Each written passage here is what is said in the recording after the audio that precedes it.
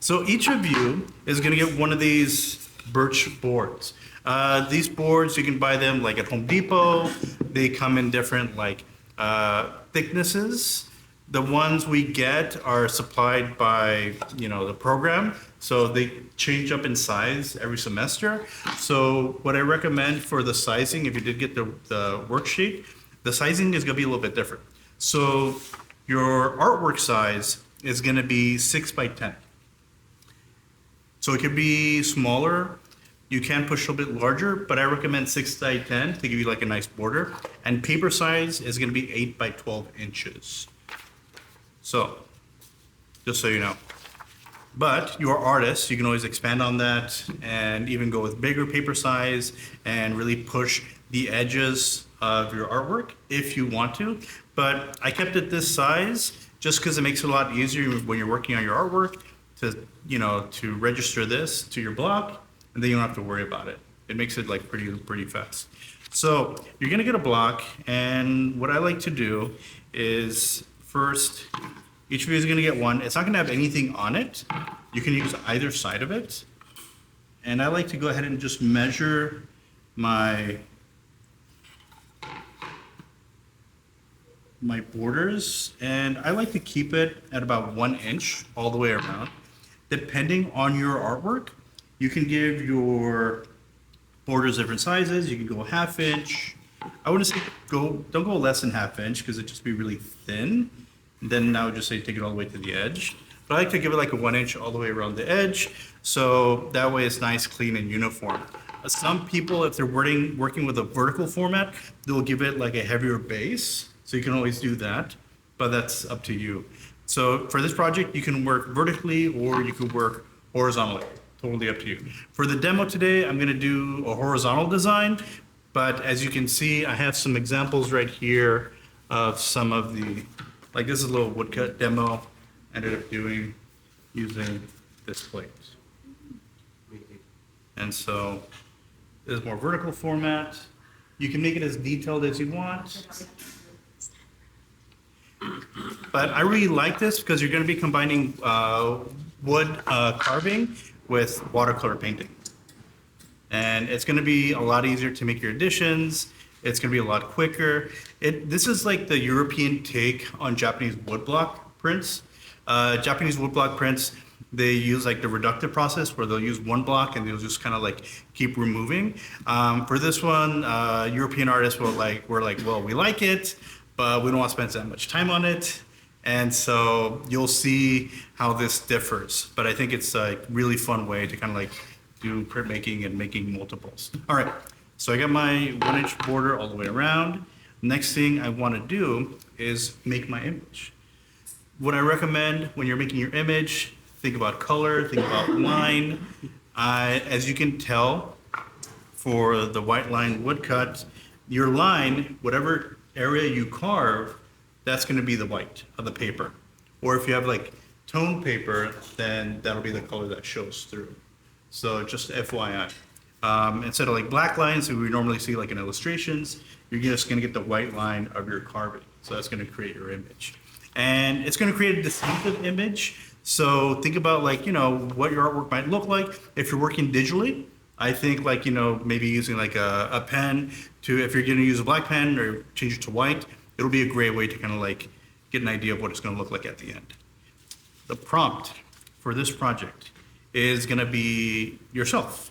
I want you to make it about, we've been working on projects that have to do more about like our community, the spaces around us, the people around us, but I want to finish it up with a project that is more about you. I titled it Self, but I really want it to be about you. It can be a self-portrait. It could be a literal self-portrait if you want to do that. It could be about a moment you find important to your development, your consciousness, coming of age. It's just like a moment important in your life that really stands out. For me, I decided to choose this little image right here. It's like an illustration I've been working on, and I'm not done with it yet, but I want to go ahead and like try it out for the woodblock to see how it looks like. And so for me, I kind of wanted to do something that has to do with like like awakening or like being conscious almost, and I'm doing it like in a representation of like almost like this Olmec head arriving on the shore. And I was gonna put like little family and kids and stuff like that, but I'm just gonna leave it a little bit simple for our project. So, what you're gonna do, create your image. Another way you can do this, you can draw straight up on the board. So you don't even have to create something beforehand. I do recommend probably sketching it out, create some thumbnails if you wanna draw straight up on the board. That is totally fine. But you can draw it out, print it out, and have your design ready. What I'm gonna do, the first thing I'm gonna do is, this is my image, it's right side up. You're gonna have to reverse your image before you put it on the board. So this is my image in reverse. And so the next step is I wanna get my image transferred onto my board. You're not gonna have to varnish anything, you're not gonna have to like treat the wood, because one of the beautiful things about this process is actually the wood grain that shows up when you're doing your printing process. So that's gonna actually look really nice. So what I wanna do first, and this is something I picked up doing my illustration classes, is I like to get the back of my paper and just get some graphite and create my own kind of like carbon or transfer sheet. We can use this stuff right here. You can pick that up probably at the art store. It makes it a lot easier. You do not have to do it this way. You can put it like in between your image.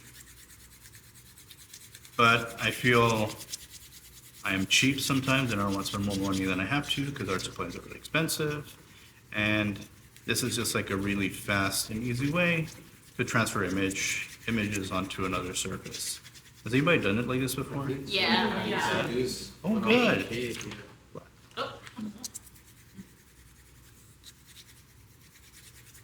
So I'll just do this pretty quick to get most of my line work on there. That feels pretty good. Next step, I'm gonna go ahead and I'm giving you the format 6x10, so you don't have to do a lot of guesswork when it comes to placing and registering your image. I know it was a little bit tough last time for your screen printing project, so for this one, it's a little bit more straightforward. You only have to do it once. So what I'm gonna do is get my image, I'm gonna tape it down on here, and something let's see, I think I got a pen here. Perfect. I like to get a pen just so I can actually see where I was actually like tracing my lines. And I can use medium to hard pressure to just get my main lines drawn.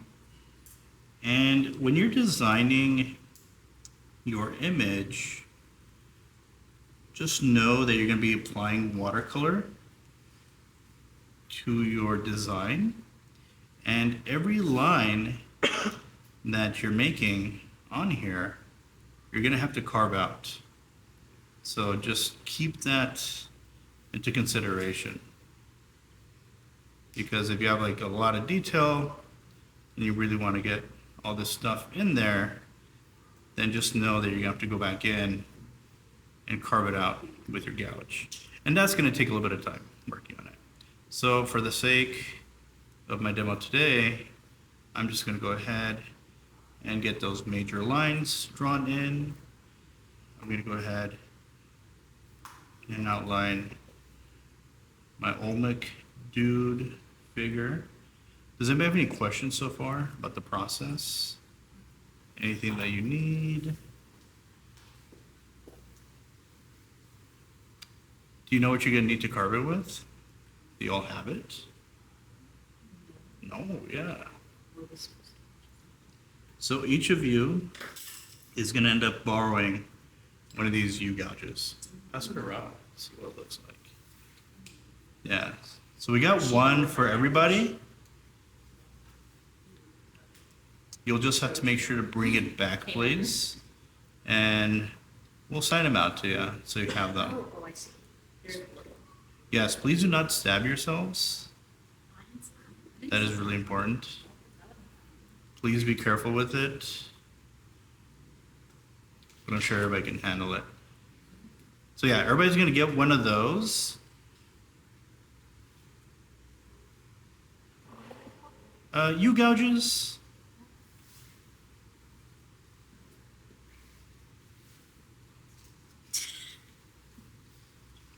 And I have a little set right here if anybody's interested.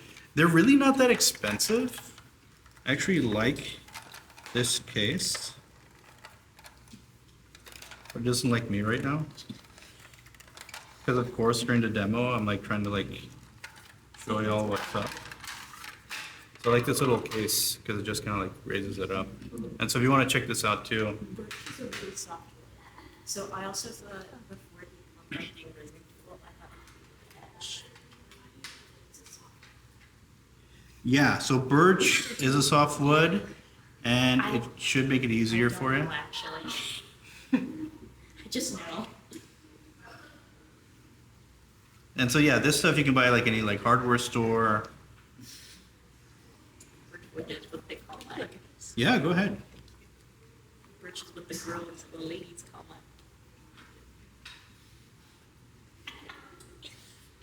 that. All right, so I'm just gonna go ahead and block in the lines and I'm gonna lift this up really quick. I did tape it over on one edge, but you can see that the image is like transferring over just in pencil. If you wanna do it, I'm just gonna go back in, make sure this is lined up. And that gives you an idea of like what I need to carve and outline. And what I probably should have done was go in with probably like a red pen. That would have made it a lot easier, or like a blue pen to see what I ended up already carving out. And I can lift this up a little bit. And I'm not gonna do everything. I just wanna do a few little pieces to kind of get the idea. And when we paint it in, you can kind of see what's gonna happen right there.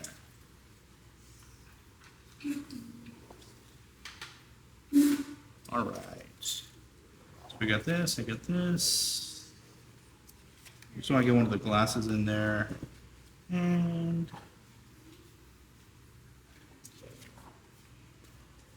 I forgot to do the hairline. Let me do this. Is that visual? My parents tried to figure that out. Okay. So I got this down. I'm gonna go ahead and lift it up. And you can see I got my image drawn on there. My parents tried to give it to me for ADHD. You can always go back in and draw it in yourself if you want to make sure that those lines are nice and prominent. Some people like have asked like, oh, should I use fixative to make sure like it doesn't like, rub off? I wouldn't. I would probably just go back in and make sure this stuff is outlined nice and dark. I think the transfer paper, this stuff, will give you a nice bolder line. But for me, I like it because it just feels like it's part of the process. All right. So I got my little figure down, I got my pencil marks down. Next thing, what I'm gonna do is, let's get ready to carve it out. So the first thing I wanna do is get one of these like non-slip mats. We'll have those here for you to use. What I'm gonna do, and it's like the same ones we use for the screen printing project. What I'm gonna do is go ahead and put this right here. And this is gonna be really helpful because when you're carving this, you're gonna be using quite a bit of pressure and you do not want to take it away from you because stabbing yourself in the hand with one of these is really painful. You don't want to do that. And so, quick rule of thumb, always push away from you. Do not do this, even though sometimes it feels like you want to, like when you're spinning it around. If you need to, move yourself around, rotate your block if it makes it easier to do that. So what I want to do first, actually, is give myself a nice border for my block. So what I would start off with is actually carving down these lines, these borders, because it's going to help you out with your registration when you're actually like applying the paint. it's gonna allow you to keep it within the frame of your picture. So if you want to, you can make the border actually quite, you can make it like pretty wide to like really make sure you don't get like any paint like on the edges. So you make actually like a nice clear border when you're actually printing it. But it's totally up to you however you want to do it. So one of the things I'm gonna do is get my UGAP, my gouge, my power grip, and I'm right-handed. So I'm gonna start off like this. What I like to do is I like to give myself a couple points of contact, and I wanna make sure I kind of like it sits within like almost like a glove of my palm. So it doesn't actually like slip out. So I wanna make sure I'm kind of holding it like this. And I like to go ahead and be comfortable like when I'm doing this, because it's all about like you're doing this repeated process over and over. So if you're really hunched over, if you're really sitting awkwardly, it can be you're gonna like hurt after a while. And so you want to make sure you're like really comfortable. What I'm gonna do next is just go ahead and start and push, and I have this line. And for some reason, there is no one right way to do it, but I like to use my pencil right here, or sorry, my finger, because it allows me to kind of like push down and forward, and I feel I have a little bit more control with my gouge. And what I'm going to do is go ahead and do the same thing. I'm going to get comfortable. And I think just like with the screen printing, when you're like applying the squeegee with the ink, the first couple times is going to be a good learning experience. What I do recommend is you can practice on the back of the board too. And you'll notice that like you want to get like these little curls when you're working on like these nice little like runs of your carving. And I think that's a good sign that you're getting consistent pressure. But if it's not like that all the time, it is totally fine.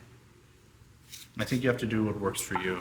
What I would probably do is maybe go ahead and give it like a second run to make sure it's nice and deep. Only because I want to make sure that my color doesn't run into each other. And I want to take my time because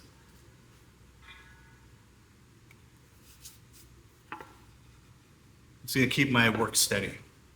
I noticed that I kind of start to veer off a little bit, but that's also part of the process. You know, you're making it by hand. It's not going to be 100% perfect, but I think that's part of the beauty of this project. And you'll notice that I am rotating this board over. And the more you do it, there could be sections where you really want to get nice, consistent line work based on your drawing. But then you can give yourself a little bit of space and grace to just see what happens like when you're actually carving it and what type of mark making you can do. For this project, I really want you to explore like maybe like texture. What happens when you're like actually like repeatedly kind of like digging into your board. Right here, as you can tell, I ended up using more like cross-hatching technique on the top. I went back in and I actually ended up using a little like awl to kind of like poke into the design. But I noticed like in here, it didn't really print that well. So I probably wouldn't do that again, or I'd probably make it a little bit more obvious or chip into it. So I'm carving in here. I'm gonna go ahead and take this, and I'm only gonna do the major lines and image right here for the water, so you get an idea of what that looks like.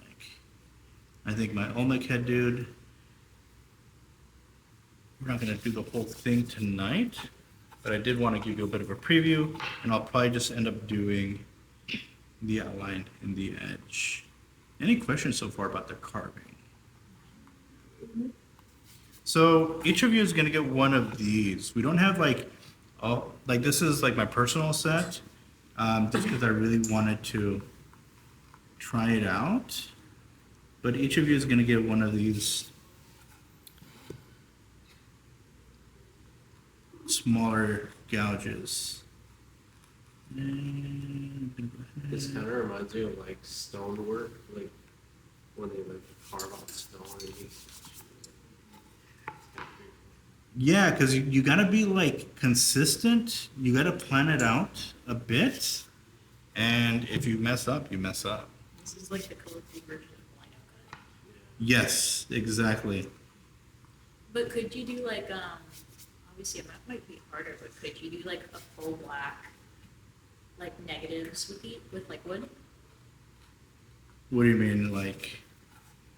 Like instead of just like, like just what they do in Lino Cut where they just have a bigger one and they just carve out most of the wood. You can. I mean, yes. And people usually do. I imagine that wood that might be cheaper than the Lino Cut stuff.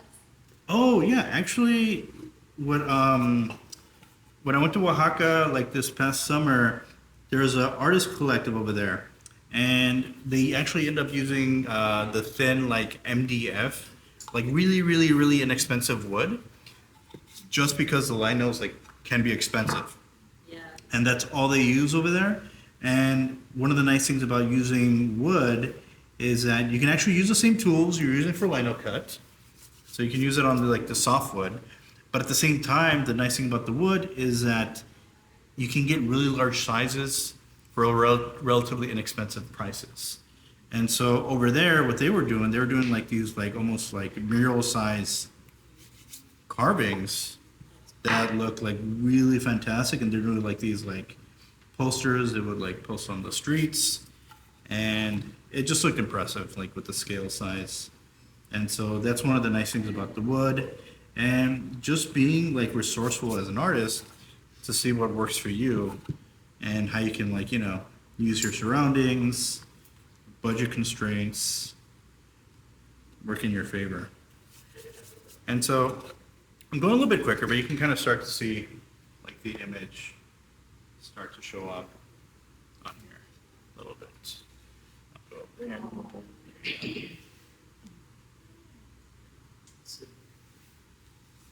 And I'm not going to have you sit through the whole thing, but I do want to just carve out a few little sections for you to see what it looks like when we're applying the actual color.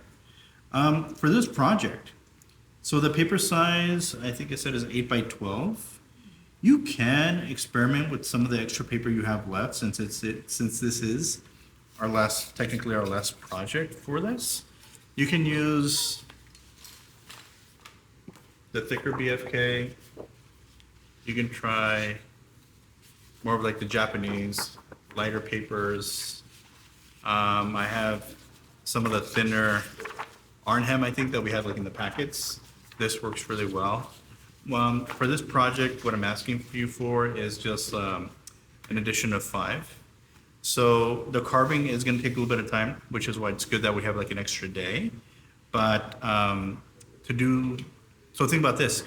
You're doing 5 prints, and let's say you're kind of making all of them rather complicated and wonderful. That is going to take time to repeat. And I'll show you what that looks like in a little bit. So let's just imagine my image is like completed, it looks wonderful, you're like, yay, it looks great. So what I want to do next is get the paper that I'm going to be using. I want to cut my paper to size. You can always go larger to give your paper like a nice hardy frame, but I want to make it easy on myself. So I just pre-cut my paper. You can cut it with an X-Acto knife. You can do the deckled edge with the ruler like we've been doing. That is totally fine. Whatever you want, that works. So I'm gonna go ahead and line this up right here. I am gonna get some of my blue painter's tape. So depending if you're working, let's say vertically, you'd wanna put your paper hinge on the top of wherever you're working. What I'm gonna do is get some of this tape. I'm gonna remove some of the tack off of it. I think I brought the wrong tape. I was gonna bring my little like artist tape. So I'm just gonna put this up here. I'm gonna line it up. And I'm gonna give myself a couple contact points so I can line this thing up and work. And so I don't really need the mat right now because I'm gonna be doing any cutting, but I'm gonna take some tape, create some hinges on the top to make sure this is lined up. And so the nice thing about it is you only have to do this once and it's ready and set to go. And what I recommend is use painter's tape or artist tape just because you don't want it to be super tacky and you want to make it a little bit easier on yourself when you're removing it off of your paper. So I got it hinged up and this is ready to go where I can kind of go ahead and put this back down just like that. All right, so let's start with the painting. Who here has done watercolor before? Quite a few of you. All right. So I used to do a lot of plein air painting, and it was really fun getting outside and doing painting. So I'd always like make myself like these little like watercolor sets, or I have like a larger one to carry around with me. We do have a few watercolor sets here that you can definitely like borrow while you're in class. But if you do have one on your own, I would definitely take advantage of it. You can use the ones from Dollar Tree; those work just fine. If you need some colors, I can hook you up with some primary colors, like put them on a palette if you want to bring something for you to do this project. So one of the things I want to do is get my, I'm going to transition now to painting Jose. Oh, yeah, we got these little like sets. You can buy those like anywhere, they're like $1. We got a couple, so if you want to borrow them, you can. You're also going to want to get some watercolor brushes.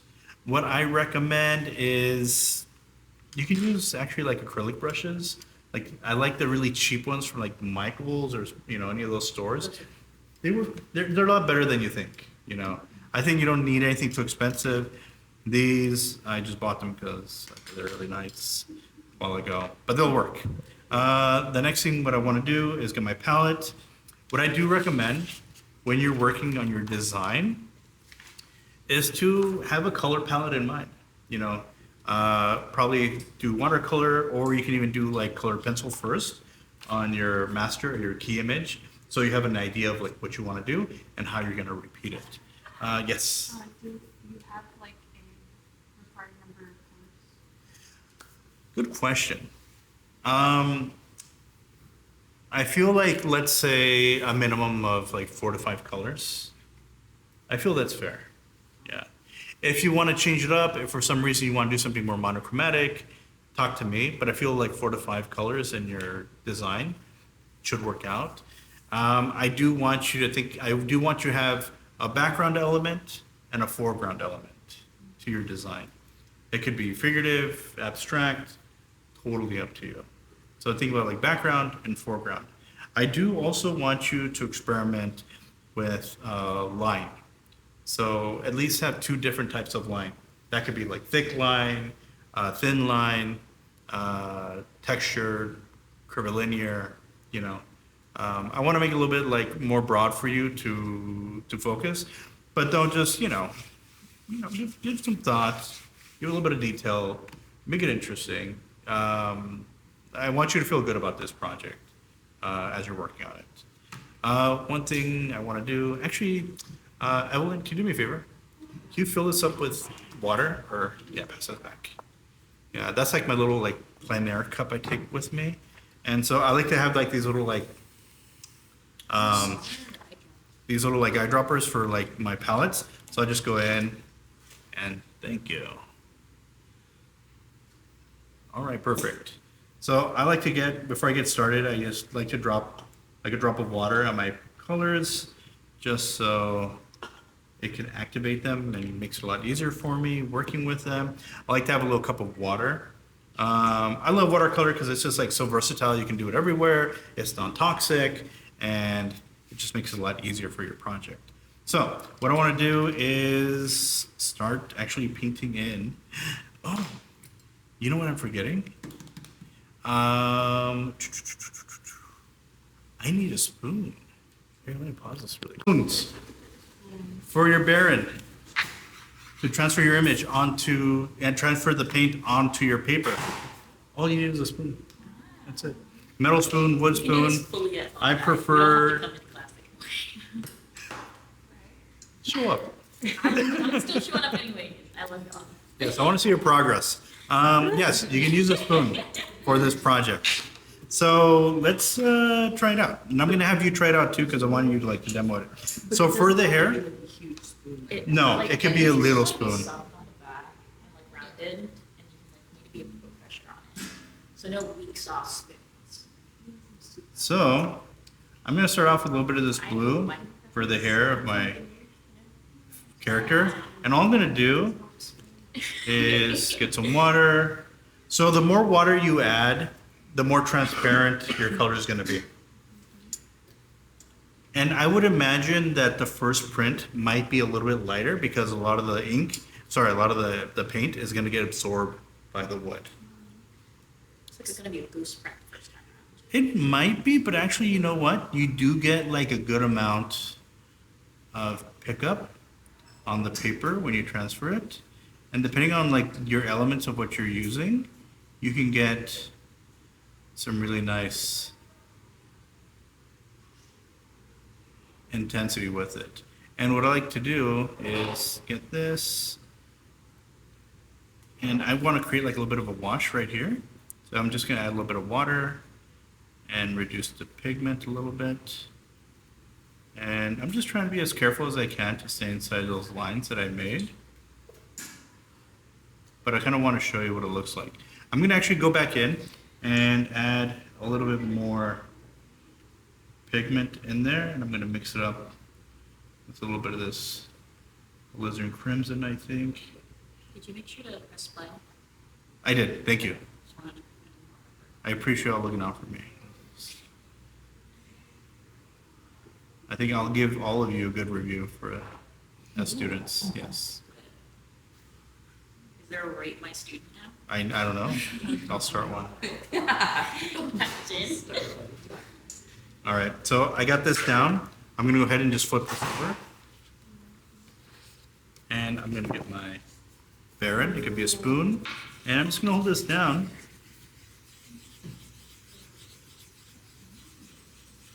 And apply firm pressure. Any size spoon, metal spoon, wood spoon works.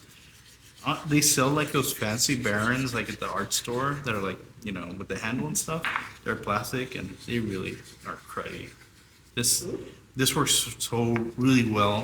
If you don't have access to a printing press, I mean, this does take a little bit of like time and pressure, but it just like works just really great. So let's check out the reveal. So we got one right there. It kind of like ran across, but you know, that happens. But what I'm gonna be doing is building up like my colors on here. And so that's the main thing I wanted you to see is like what it looks like as you're starting to kind of like build up your, Did the color move because there was just too much water in that one spot? I think so, but you know what? I could make my line a little bit wider for my print. Oh, okay, so it's also Yeah. like the depth of the lines. Yeah, so if your line is not really thick, then there's a probability that you're actually like, it'll kind of like wash into one another. And so you want to be a little bit careful. Is like depth, So one of the things I want to show you, if it was thinner, would depth help? yes, exactly. And so I hacked I'll show you on this one, the block I already kind of like did. And so you'll notice that I already painted it in. And let's say I'm going to do like my second version and I want to go back in and let me wash this out.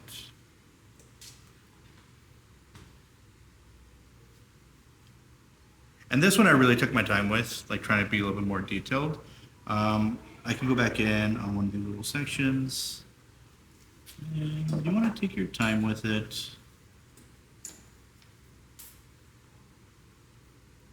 And I think the more you do it, the better you're going to get at it. I'm going to go ahead and fill this over.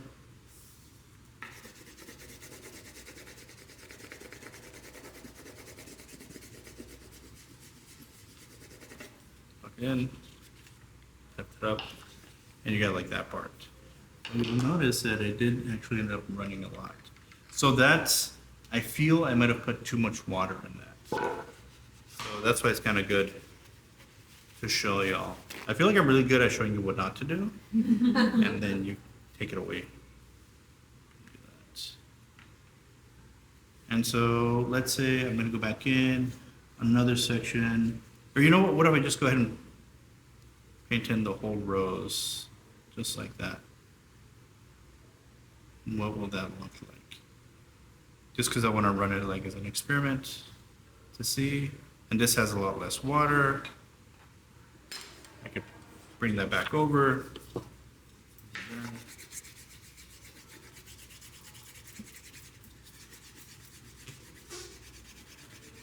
And you'll be repeating that over and over. And then you see it starts to like show up. So too much water, maybe too little or not, or just right, depending on what you want to do. So I feel less water is the best way to go. So you don't get like a lot of like areas that are running over. And we'll try that one more time right here with the green. What I'm gonna do is get my little watercolor. I'm gonna dry this off a little bit and just do this little leaf right there across the bottom. And so it is gonna take a little bit of time and attention to detail on your part. And you can also, at the same time, create little blends within those little areas. But I think for you, it'd be a matter of like remembering like where you did that. But the nice thing about the wood is that it has a memory. It's gonna hold whatever you did on there. And so I'm gonna bring this back down. Give it.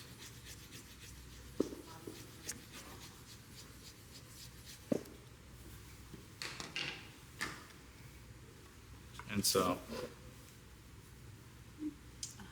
get a little leaf detail.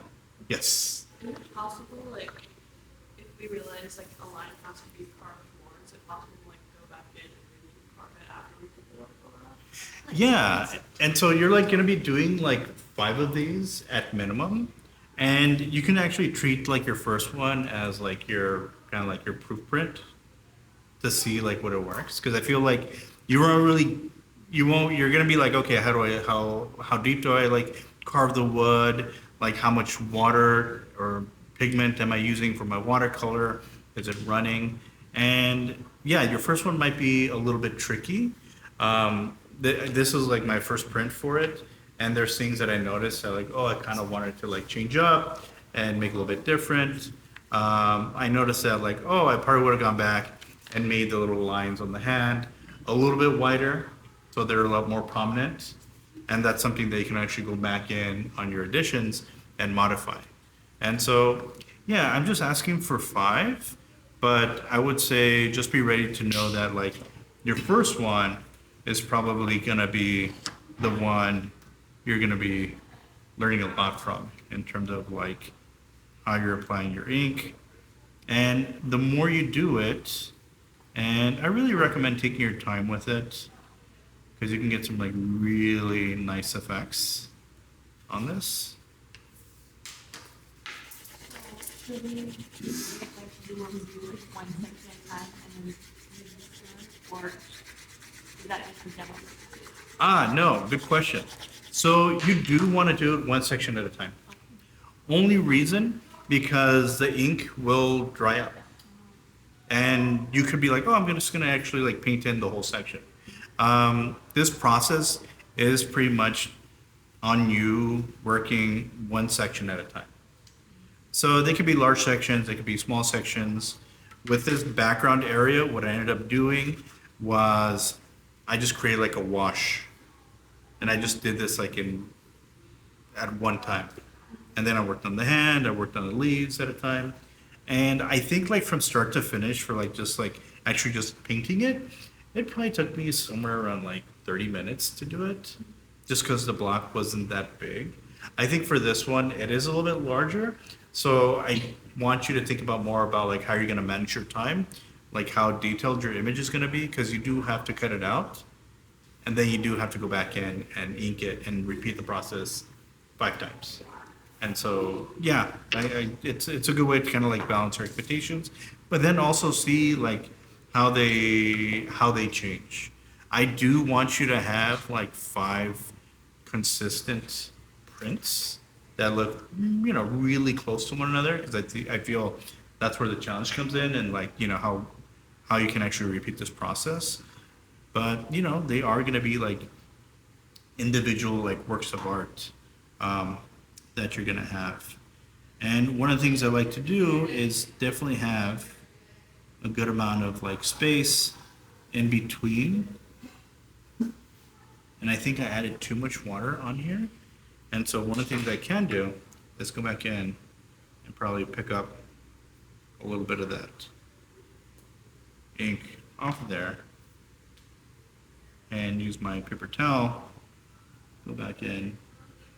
And those cheap little brushes from like Dollar Tree, Michaels, they come in really handy, especially like the synthetic bristle kind. So you don't want to use too much water. And it is going to have a bit of like a washed out kind of look, like watercolor, because that's what the process is.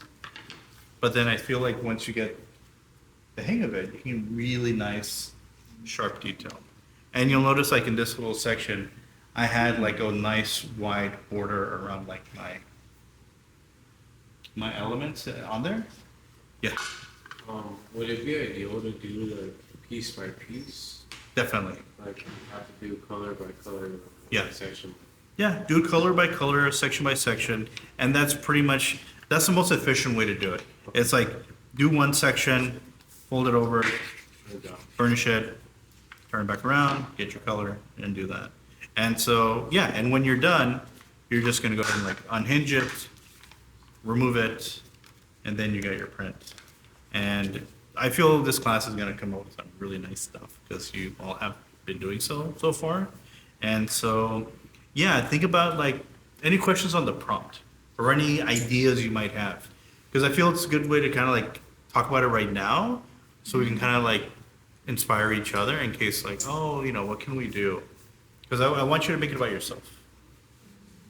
And like, I might revisit what I was doing at the start of the semester. Mhm. I feel like an altarpiece could work really well with this type of carving. mhm. Yeah, It's- it's connected to like what you've been doing It is, in a sense. yeah, it's basically type of semester. Yeah, and think about like the things that you feel like worked out for your other projects. Maybe something that you want to revisit. Do you want to, give it another shot? But this is like a different medium. Think about like the idea of like excavating, you're carving. What a lot of artists like to do is actually the medium, the process, that also carries meaning. Because I feel like when, as you progress as an artist, like at school and outside, one of the things that you're gonna have to start to think about is like, well, why do I do what I'm doing, And people ask like, well, what are you trying to communicate with your work? And they'll start to examine whether it's like the process you're using, the materials you're using. And so I think there's a good opportunity to think about like, well, what does it mean to like, carve something out of wood? Have you done this before? Are you a woodworker? Somebody woodworking? What does it mean to like, to reveal something? It's like that idea of like Michelangelo saying that he's just letting the image free from the stone. It's like for you, it's like, what does it mean? Have you used wood before? What does it mean like to actually like see the grains of it like show up in your pieces? Can you incorporate that in your work? That's always an idea, because yeah, you're gonna have like these little accidents, these little like divots that show up as you're carving. It's kind of, you're not gonna go perfect. You're gonna have like little chips and stuff happen, and so that's also gonna like influence how your piece looks like. So, yeah, I would say spend this weekend, think about it, what you want to do. We're gonna stick with the same timeline. On Tuesday, I want to talk with you about your designs, think about the direction you're going. I am gonna want you to cut your paper on Tuesday. I want you to like, get that out of the way so we don't have to worry about it. If you want to use like different kinds of paper, scrap paper, use that. What else? Yeah, and then I think we'll be next week and then break, right? Feels pretty good, like having, that time off. And when we come, so you can take them with you when you're on break to work a little bit more. So yeah, I think by next week, it'll be like, let's get our design locked down. So that way, by break, you can actually like take the tools with you and work on it if you want to, but then that you'll still have the class time to work here. Any questions about that, schedule-wise? Where would we buy these as a set? You can buy them like on Amazon, or there's like some online stores. They do have them in art stores. I don't really think they're too expensive. What are they called? Power grips. You can just like Google power grips and they'll show up. They're really, really inexpensive compared to like other stuff. I think that set maybe cost me $10 to $15, but we are going to loan you one. So if you want to, just know that we're going to loan you one. It is going to be like a thinner one, so you can use that. You can also go to like a store like Harbor Freight. Harbor Freight sells a lot of like chisels for like woodworking that are also really, really inexpensive.